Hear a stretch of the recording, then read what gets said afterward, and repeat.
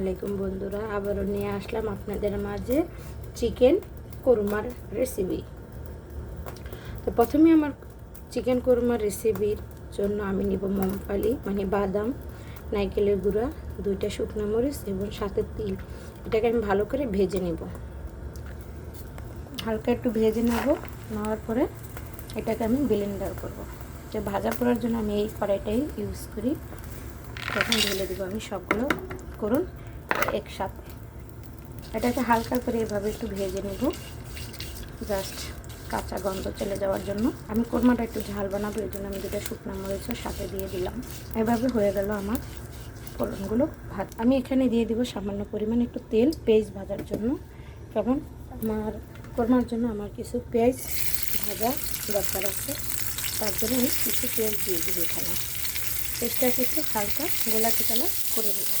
পেঁয়াজগুলো আমার একটু লাল গোলাপি করে ভাজা হয়ে গেছে। এখন এটা আমি নারকেলের সাথে ব্লেন্ডার করে নেব। আমি এখানে বসিয়ে দেবো এই পাতিলের ভিতরে আমি কোরমাটা বানাবো। আমি কোরমাটা বানাবো ঘি দিয়ে। আপনারা চাইলে তেল দিয়েও বানাতে পারেন এবং ঘি দিয়ে বানাতে পারেন। ঘি দিয়ে বানালে কোরমাটা অনেক টেস্ট আসবে, এখন অনেকটা ফেভারিট আসবে। আমি এখানে ঢেলে দেবো 3টা এলাচি, 3টা গোলমরিচ এবং 4টা দারচিনি। তেলটার সাথে ভালো করে ভেজে নেব। তেলটা আমার ভেজে আছে, আমি দিয়ে দিব কিছু ছোটো করে তেজপাতা। এই তেজপাতা আমি বাদামি কালার করে ভেজে নেব। এটি আমার ভালো করে ভেজে হয়ে গেছে। আমি এখন দিয়ে দেবো 1 চামচ পরিমাণ আদা রসুন পেস্ট। এভাবে আজকে পেস্টটাকে আমি ভেজে নেব। আদা রসুন পেস্টটা সাথে ভালো করে ভেজে নেব। ঠিক পেস্টগুলো এরকম লালই হতে হবে। আদা রসুন পেস্ট আমার ভালো করে ভেজে হয়ে গেছে। আমি এখানে দেবো ধনিয়ার গুঁড়ো, গরম মশলা, লবণ এবং লাল মরিচ, কাশ্মীরি মরিচের পাউডার, জিরা। এর এগুলো উপকরণ আমি এখানে দিয়ে দেব। দিয়ে ভালো করে আমি মশলাটা আর একটু ভেজে নেব, যাবার মতো আমার মশলাটার কালারটা আসবে। এখন দিয়ে দেবো যে আমি যে পেস্ট উপকরণটা রেখেছি ওগুলো আমি একটু মিক্স করে দেবো এখানে। ভালো করে এটাকে আমার মিক্স করে রাখতে হবে। মশলাটা আমার ভালো করে ভুনা করা হয়ে গেছে। এখন আমি চিকেন আর আলুটা এর সাথেই ঢেলে দেব।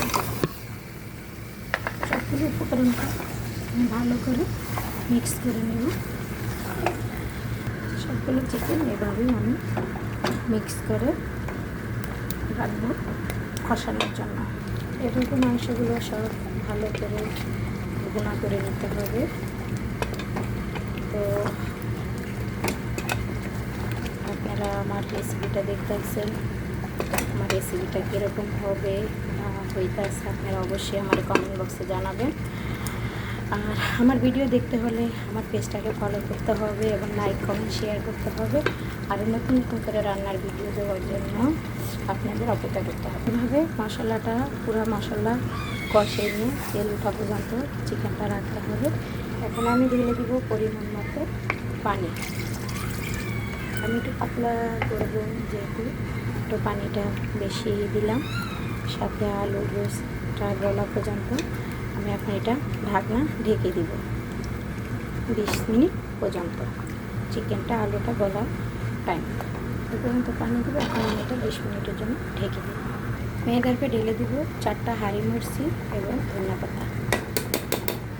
मैं इसमें दूसरी येलो इसमें डाल দিলাম। এভাবে আমি এখন ঢেকে দিব। কড়াই কমপ্লিট হয়ে গেছে। এখন ঢেকে দেবো আমি 10 মিনিটের জন্য। 10 মিনিট পরে ভাই আমার চিকেনটা এরকম হয়েছে। দেখো, তোমরা চাইলে আরোক্ষণ রাইখা এইভাবে তেলটা উঠে গেলে তোমরা নিবা। আমার এটা এখন সম্পূর্ণ কমপ্লিট হয়ে গেছে। তো আমার ভিডিওটা কেমন হয়েছে সবাই অবশ্যই আমাকে জানাবা। আর আসলেও আমি এখানে একটু লেবুর রস ইউজ করছি। আমার লেবুর রসটা ইউজ করার টাইম আমি ভিডিওটা নিতে পারিনি, সরি। তার জন্য আপনারা চাইলে একটু লেবুর রসও দিতে পারেন। আর আমার ভিডিওটা কীরকম হয়েছে অবশ্যই আপনারা সবাই জানাবেন। আমার রান্নার কালারটা কীরকম আসছে অবশ্যই জানাবেন।